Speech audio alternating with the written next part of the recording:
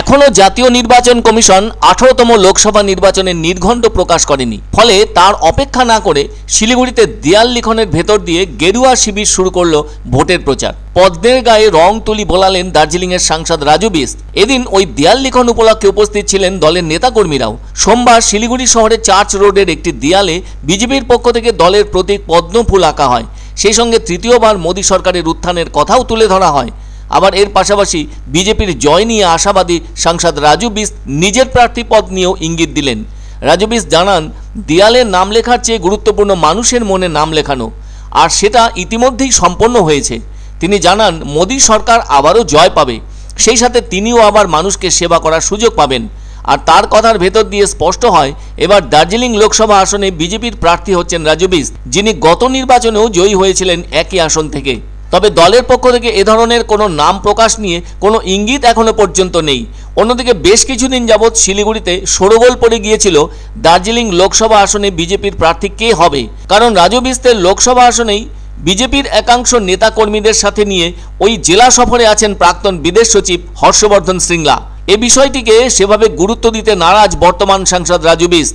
তবে এখন দেখার বিষয়, এবার 2024-এর লোকসভা নির্বাচনে দার্জিলিংয়ের জন্য গেরুয়া শিবিরের পক্ষে টিকিট কার ঝুলিতে পড়ে। আবার দলেরই কার্শিয়াংয়ের বিধায়ক বিষ্ণুপ্রসাদ শর্মাও দাবি করেছেন দার্জিলিং লোকসভা কেন্দ্রের জন্য প্রার্থী হিসেবে ভূমিপুত্র চেয়ে। এদিকে বিমল গুরুংরা সরে দাঁড়ানোয় কিছুটা সমস্যায় পড়েছে বিজেপি, যদিও জিএনএলএফ তাদের সমর্থনে আছে।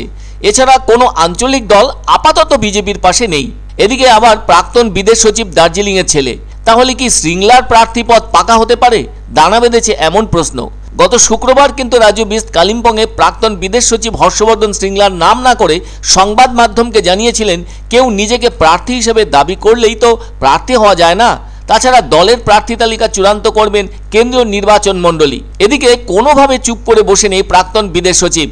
কখনো তিনি দুস্থ মানুষদের মধ্যে কম্বল বিতরণ করছেন, আবার কখনো বা মন্দিরে গিয়ে পুজো দিচ্ছেন, কখনো কেন্দ্রীয় প্রকল্পের প্রচারও করছেন তিনি।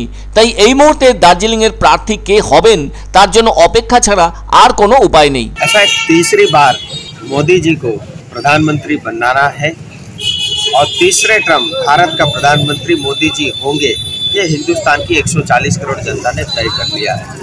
हम सब कार्यकर्ता के ये दायित्व है कि गांव-गांव में शहर में जा कर के और जन जागरण का कार्यक्रम करें।